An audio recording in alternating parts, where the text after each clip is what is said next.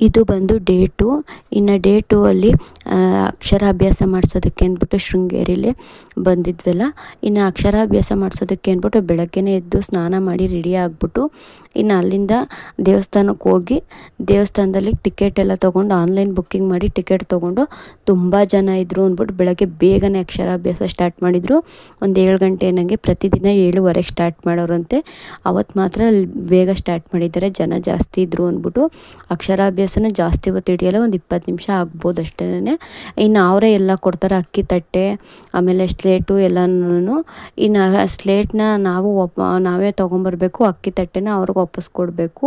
ಇನ್ನು ಗಣೇಶನ ಶ್ಲೋಕ, ಸರಸ್ವತಿ ಶ್ಲೋಕ ಹೇಳಿಸ್ತಾರೆ, ಅದನ್ನು ಬರ್ಸಿಸ್ತಾರೆ ಸ್ಲೇಟಲ್ಲಿ ಮತ್ತು ಅಕ್ಕಿ ತಟ್ಟೆಲಿ ಎರಡರೊಳಗೂ ಬರೆಸಿ ಎಲ್ಲ ಆದಮೇಲೆ ಅಲ್ಲಿ ಸರಸ್ವತಿಗೆ ಬೇಡಿಕೊಂಡು ನಮ್ಮ ಕೈಲಾದಷ್ಟು ತಟ್ಟೆಯಲ್ಲಿ ಇಟ್ಬಿಟ್ಟು ದುಡ್ಡು ಕೊಟ್ಟು ಆಮೇಲೆ ಬರ್ತೀವಿ.